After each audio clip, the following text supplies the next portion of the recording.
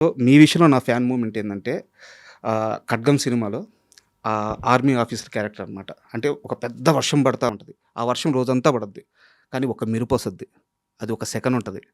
ఆ రోజు ఇంపాక్ట్ తెల్లారి లేసిన తర్వాత అందరూ నిన్న ఒక పిడుగు పడిందిరా, ఒక మెరుపొచ్చిందిరా అంటారు. 'ఖడ్గం' సినిమాలో మీ క్యారెక్టర్ అటువంటిది. నాకు ఆ క్యారెక్టర్ చేస్తున్నప్పుడు గానీ, ఆ క్యారెక్టర్ మీకు కృష్ణవంశీ గారు చెప్పినప్పుడు గానీ, ఆ సందర్భంలో జరిగిన మాటలు గానీ, ఏదన్నా కొన్ని విషయాలు నాకు ఆ సీన్ గురించి కావాలి సార్. ఆల్రెడీ ఇంతకుముందు కూడా ఈ విషయం నేను చెప్పాను. సార్. 'కృష్ణవంశీ' సినిమాలో నేను ఇంచుమించు చాలా సినిమాల వరకు నేను మెయిన్ క్యారెక్టర్లు వేస్తుంటా. సార్. ఎప్పుడైనా టక్కున వాడికి ఫోన్ చేసి, "రేయ్ శివాజీ, ఇది ఒక్కటే సీను నువ్వే చేయాలన్నప్పుడు ఈ సినిమా నేను ఫస్ట్ నేను చేయనన్నా. సార్. ఇంతకుముందు కూడా చాలాసార్లు చెప్పా. 'ఖడ్గం' నేను ఇంతకుముందు నీ దగ్గర మెయిన్ క్యారెక్టర్లు చేశాను చాలా. నేను వచ్చి ఒక 1 డే చేసి వెళ్ళిపోవటం అన్నది న్యాయం కాదని. సార్.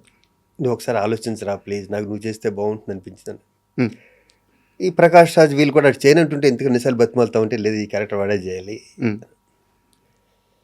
తెల్లగట్ల 3 గంటలకు ఫోన్ చేసి 4 గంటల షూటింగ్ అన్నాడు. నేను వెళ్ళను నిజంగా, వంశీ కాబట్టి వెళ్ళా. ఓకే. అంటే వంశీ అంటే అంత ఇష్టం నాకు. సార్. 4 గంటలకి ఏదో సాంగ్ జరుగుతుంది, ఎండింగ్ వచ్చి షాల్ చుట్టుకుంటూ వెళ్ళిపోతాను. హ్మ్. తర్వాత నిన్ను నైట్ ఇబ్బంది పెట్టను రా, నీ గురించి నేను పగలే చేస్తానని హ్మ్. నాయుడు గారి స్టూడియోలో అక్కడ సెట్ వేసారు, ఇండోర్ అది. ఓకే. ఆ సీన్ అంత సీరియస్గా ఉన్న ఆ సీన్లో డైరెక్టర్ యాక్షన్ చెప్పబోయే ముందు అంతా మేము నవ్వుతూనే ఉన్నాం. నేను, ప్రకాష్ రాజు, రవితేజ, శ్రీకాంత్, బేసిక్ అందరం తెలియ స్టార్టింగ్ నుంచి అవును. ఫ్రెండ్స్ అవటం వల్ల, వంశీ బాగా క్లోజ్ అవటం వల్ల అంత సీరియస్గా తీసుకోలే సార్. దాన్ని. పైగా నేను వేరే షూటింగ్కి వెళ్ళాలి అది చేసి. హ్మ్. వీళ్ళ జోకులు ఏంటంటే ఈరోజు అవ్వదరా అని. కానీ వంశీకి ఆ సీన్ తెలుసు, ఆగిపోట్టు ఆ సినిమాకి కరెక్ట్. చాలా ఇంపార్టెంట్ సీను.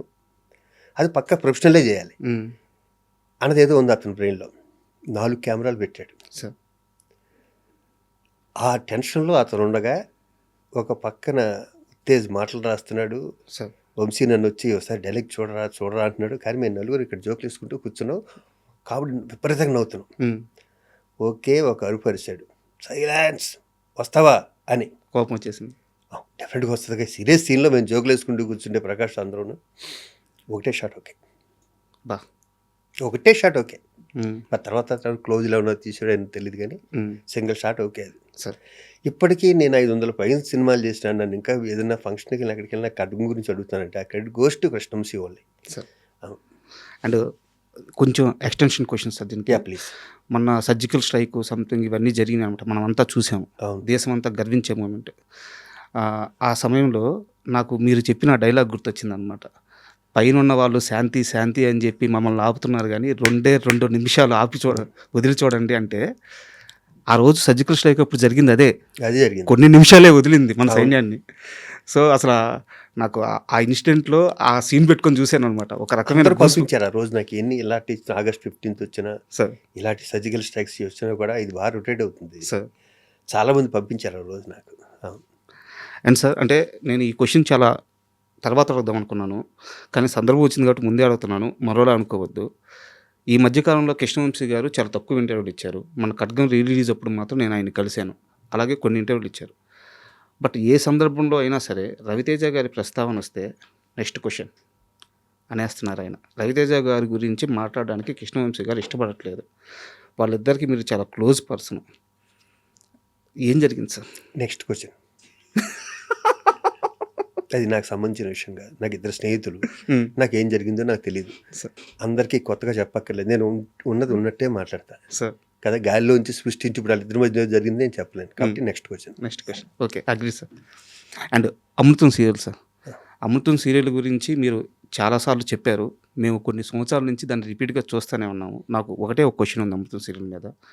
ఆ సీరియల్ నుంచి నేను బయటకు వచ్చాను, కానీ నా తప్పు లేదు. ఈ ఒక్క స్టేట్మెంటే మీరు ఇచ్చింది ఇప్పటివరకు దాని గురించి మాట్లాడింది. అసలు ఎందుకు బయటకు వచ్చారు, ఏం జరిగింది అనేది కాస్త వివరంగా కావాలి సార్. అంటే సారీ టు ఇంటరప్ట్ యూ.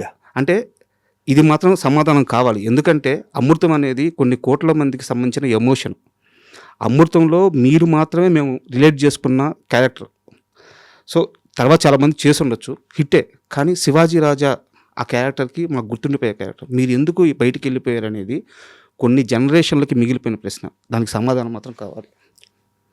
ప్రాణం పోయిన అబద్ధం మాత్రం అన్నాం. సార్. ఇక్కడ నా తప్పు లేదు, వాళ్ళ తప్పు లేదు. సార్. ఒక హిట్ వచ్చాక తలకు ఒక కిక్ వస్తుంది. సార్.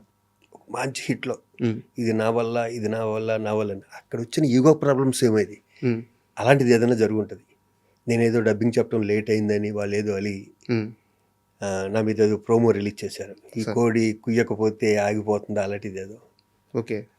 వెంటనే నేను వేరే నా ఓన్ ప్రొడక్షన్ స్టార్ట్ చేసి నేనేదో ప్రోమో. ఈ ప్రోమోల వల్ల వచ్చిన గ్యాప్ తప్పితే నాకు వాళ్ళంటే విపరీతమైన గౌరవం. ఎందుకంటే గంగరాజు గారు కానీ, ఆ టీం కానీ, చంద్రశేఖర్ కానీ, దానికి సెంధిల్ కెమెరా, అవును సార్, వీళ్ళంతా టీం, వీళ్ళంతా చాలా అంటే బాగా డెడికేషన్ ఉన్న వ్యక్తులు వీళ్ళందరూ సార్ కదా. ఇప్పుడున్న ఈ వయసులో ఉన్న ఈ నాలెడ్జ్లు ఉంటే నేను దాంట్లో తప్పుకోను. ఓకే కదా. ఒక వయసులో ఒక ఎమోషన్ ఉంటుంది, స్పీడ్ ఉంటుంది, బాడీ స్పీడ్ ఉంటుంది. అప్పుడు సినిమాలు బిజీ, ఇది బిజీ, వీళ్ళు అడిగిన డేట్ ఇవ్వాలి, ఇవాళ చెప్పి రేపు డబ్బింగ్ చెప్పేయాలి, ఇలాంటి కొన్ని ప్రెజర్స్ ఉంటాయి. సార్. దాంట్లో ఏమన్నా మిస్టేక్ జరిగించో చెప్పకుండా శివాజీ రాజా తప్పు మాత్రం 1% కూడా ఉండదు. షూర్. నేను ఆ తర్వాత నేను అమృతం చూడలే సార్. నేను అమెరికా కానీ ఎక్కడికన్నా వెళ్తే తెలుగు వాళ్ళు కనిపిస్తే, సార్ మాకు ఇది ట్రస్ట్ బస్టర్ సార్, మాకు ఈ పనిలో పొద్దు నుంచి సాయంకాలం వరకు ఉండి ఒక్కసారి ఒక ఎపిసోడ్ చూస్తుంటాను సార్ అంటారు. ఆ ఎపిసోడ్లన్నీ మేము చాలా ఆడతా పాడతా చేసినాయి. నేను కానీ, గుండె హనుమంతరావు కానీ, ఝాన్సీ గారు కానీ అందరం. నేను ఇప్పటికీ చెప్తున్నా, నాలో ఏ ఈగో లేదు. క్రెడిట్ గోస్ టు గంగరాజు గారు, అయిందే క్రెడిట్. కానీ తెర మీద కనిపించే నా క్రెడిట్ కూడా ఉంటుంది. అంతే కదా సార్. నేను ఎంత ఇంప్రవైజ్ చేయగలో దాన్ని చెడగొట్టకుండా.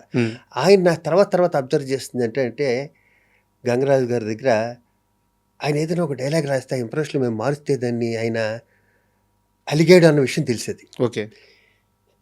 నాకు ఆర్టిస్ట్గా నాకేంటంటే, నేను ఏదో ఇంప్రవైజ్ చేసాక దీన్ని బిల్డప్ చేసుకుంటున్నాను కదా, 1 డైలాగు 2 డైలాగులో మారిస్తే అది మాకు వచ్చి చెప్తే బాగుండేది, 3వ వ్యక్తి వచ్చి నాతో చెప్పడం ఏంటి అన్నది కూడా నాకు ఫీల్. ఓకే కదా. ఆయన రైటింగ్లోనూ ఆయన దాంట్లో ఆయన గొప్ప, కానీ నా ప్రొఫెషన్లో నేను కూడా గొప్ప. అంతే కదా. ఇక్కడ వచ్చిన క్లాష్, ఈ మధ్యలో వ్యక్తులు ఉంటారుగా, ఎక్కడైనా అంతే సార్. జరిగింది అయితే ఇది. మరి వేరే ఏమన్నా ఉంటే మీరు గంగరాజు గారిని అడగ, నాకైతే ఐడియా లేదు. నేనైతే మర్చిపోయాను. ఒక క్రికెట్ మ్యాచ్కి విజయవాడ వెళ్ళి నేను, వెంకటేష్ గారు, శ్రీకాంత్ వెళ్ళి రావటం 1 డే లేట్, అది వెళ్ళటం, నేను డబ్బింగ్ ఏమైనా విజయవాడలో వచ్చాక చెప్తాను అన్నది కొంచెం సరిగ్గా చెప్పలేకపోయింది వచ్చినాను. ఓకే కదా. అదేదో హట్టారని తెలిసింది. నాకు తెలిసిందైతే సార్ నా ప్రొఫెషన్ ఎదుటి ఇంతే. అవును. అండ్ అమృతంకి చంద్రశేఖర్ ఏలేటి గారు అంటే ఆయన తర్వాత సినిమాలు చేశారు సార్ డైరెక్టర్గా. అంటే ఒక మాట అనొచ్చు, సిరివెన్నెల గారి గురించి త్రివిక్రమ్ అంటారు, తెలుగు సినిమాకి, తెలుగు సినిమా సాహిత్యానికి నోబుల్ స్థాయి సాహిత్యం రాయగల కవి ఆయన, అలా అమాయకంగా మన దగ్గర ఉండిపోయారు అని చెప్పేసి సిరివెన్నెల గారు మాట. అద్భుతం ఆయన చెప్పింది, విక్రమ్ గారు చెప్పింది అద్భుతం. చిన్నది చెప్పండి సార్. నాది సిరివెన్నెల సీతారామ శాస్త్రి గారు తండ్రి కొడుకులు అనుమతి. వాళ్ళ అబ్బాయి పేరు రాజా, నా పేరు రాజా. అవును సార్.